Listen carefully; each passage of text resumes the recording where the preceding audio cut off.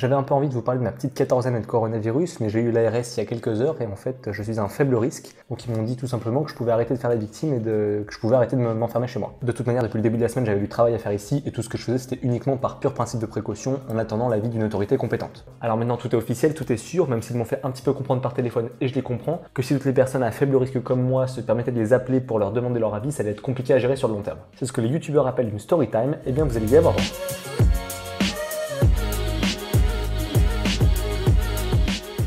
Vendredi dernier, pour un reportage, je suis allé à la Balme de Sillingy qui s'avère être un cluster du coronavirus en Haute-Savoie. Là-bas, tu fais des images de la commune, des panneaux de prévention, de la crèche qui est fermée, tu fais aussi des interviews d'habitants qui ne sont pas extrêmement paniqués, même si des commerçants ont peur que ça impacte leurs chiffres, et tu attends aussi une communication de la mairie. Et là, tous les agents municipaux portaient un masque, et les journalistes présents sur place aussi. Moi, j'étais un petit peu arrivé en mode tranquillou bilou, les mains dans les poches, sans considérer l'importance de l'épidémie. Et donc c'est vrai que quand j'ai vu autant de monde avec tous ces masques, ça m'a un petit peu angoissé. Je me retrouve à faire l'interview du maire de la ville qui porte un masque et du coup avec tout cet environnement, je me suis senti obligé d'en porter un. Et c'est pas plus mal, j'ai bien fait, vous allez voir pourquoi par la suite. Ah bah là on fait du teasing pour que les gens restent, on adopte vraiment tous les codes des youtubeurs. D'ailleurs n'hésitez pas à vous abonner si c'est toujours pas fait, à liker cette vidéo si les anecdotes journalistiques vous intéressent. En plus c'était un masque bien, c'était un FFP2 en bec de canard. Alors pas le truc le plus sexy du monde, mais au moins ça marche bien. Au final on ne s'est pas servi de cette interview, donc en fait le petit risque que j'ai couru, il a servi à rien. Mais bon c'est pas grave, on enchaîne, je rentre chez moi et le lendemain j'apprends que le maire a appelé le 15 parce qu'il présentait des symptômes du coronavirus. Moi le samedi après-midi j'avais un autre tournage avec 2 personnes à interviewer et en fait par mesure de précaution une nouvelle fois en fait j'ai porté un masque pour aller les interroger. Et je portais même des gants. Alors quand les gens m'ont vu arriver c'était un petit peu anxiogène pour eux mais en même temps ça les a fait rire. En fait c'est ce qui a été perturbant tout le week-end, c'est de savoir que potentiellement on pouvait être porteur de quelque chose de potentiellement grave et qu'on allait peut-être le partager, le disséminer et contaminer autour de nous sans le savoir. Donc aussi bien des proches qu'on voit au quotidien mais aussi des personnes qu'on allait croiser à cause de notre métier. Et moi j'avais absolument pas envie de porter la responsabilité de la contamination d'autres personnes. Parce que même si moi je sais que le coronavirus il a peu de chances de me faire de grands dommages, si sans le vouloir je le transmets à une personne qui est un peu plus vulnérable, la responsabilité elle est quand même terrible. C'est un peu le principe de précaution qui m'a animé tout le week-end à partir de vendredi et qui m'a poussé à attendre du coup mercredi d'avoir officiellement les infos de l'ARS pour pouvoir reprendre un rythme normal. Sachant que déjà le samedi, j'avais appelé l'ARS pour leur présenter la situation en leur disant que j'avais la veille interviewé le maire de la Balme de Sillingy et qu'aujourd'hui, il avait des symptômes et qu'il se faisait tester au coronavirus. Et on m'avait répondu que vu que le maire et les journalistes, tous les deux, avaient un masque, il y avait très peu de risques. Surtout que l'entretien avait été très bref, moins de 5 minutes.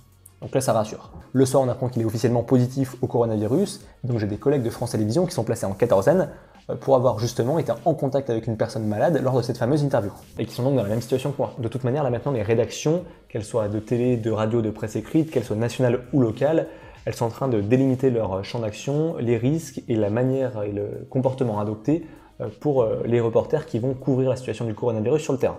On sait par exemple que les journalistes qui étaient sur les foyers de l'épidémie en Italie sont placés en quatorzaine à leur retour en France. Et on peut donc légitimement se demander pourquoi les personnes qui reviennent d'Italie sont placées en quatorzaine alors que peut-être elles n'avaient pas un comportement à risque, alors que moi qui étais en face d'une personne qui s'avère être malade après coup, ne le serait pas. En tant que journaliste sur le terrain, on a bien évidemment notre droit de retrait qui nous permet du coup de nous retirer sur un reportage. Si on ne se sent pas en sécurité, on a le droit de ne pas faire ce qu'on nous demande. Pour se protéger, pour protéger notre sécurité, notre santé, et c'est valable dans plein d'autres cas, pas uniquement dans un cas sanitaire. Ça peut être aussi sur une manifestation où on peut être pris à partie. Dans ces moments-là, l'échange et le dialogue, ils sont primordiaux pour qu'on prenne la meilleure décision pour la personne qui est confrontée au risque. J'ai donc eu ce matin une gentille infirmière de l'ARS au téléphone qui m'a bien confirmé que les risques étaient faibles. Je suis donc considéré comme un contact à risque faible, avec un cas confirmé d'infection au coronavirus. Donc je dois prendre ma température matin et soir, c'est ce que je faisais de toute manière depuis vendredi. Et en cas d'apparition de symptômes, j'appelle le 15. Mais comme le risque est considéré comme faible, pendant la période de suivi, c'est ce qui est marqué là, je peux continuer à mener normalement mes activités habituelles, tant que je n'ai pas de fièvre ou la sensation d'être malade. C'était quand même important de clarifier tout ça dans un métier où on est en permanence au contact d'autrui et où on va rencontrer forcément énormément de personnes. Je m'étais fait aussi un petit peu des films parce qu'il me semblait que le maire nous avait distribué donc au format papier son arrêté municipal et qu'en fait il avait tourné les pages en se léchant le doigt. Donc là tu bloques là-dessus, tu te demandes est-ce que j'ai bien touché le coin inférieur droit de cette feuille? Est-ce qu'ensuite, sans le vouloir, j'ai porté mes mains à mon visage? Même à ce propos, l'ARS m'a dit que si la feuille elle n'était pas humide, si elle n'avait pas été léchée directement, si elle n'était pas souillée de toute manière,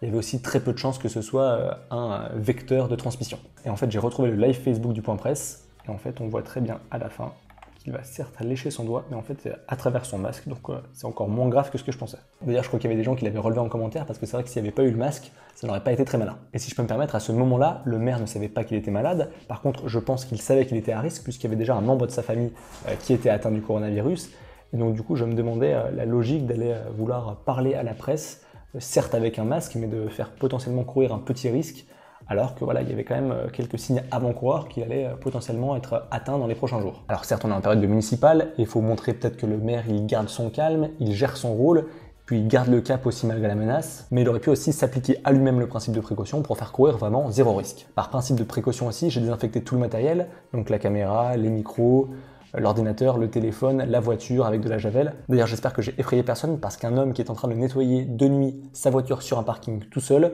ça fait davantage penser à un serial killer qu'à un journaliste en train de nettoyer son matériel. Au moins, il me reste un petit masque chirurgical pour faire une miniature bien angoissante. Je crois avoir assez étalé ma vie de pestiféré comme ça. À défaut d'être informatif, j'espère que ça a été divertissant. Comme d'habitude, n'hésitez pas à vous abonner, liker, commenter, partager, me rejoindre sur Facebook, sur Twitter.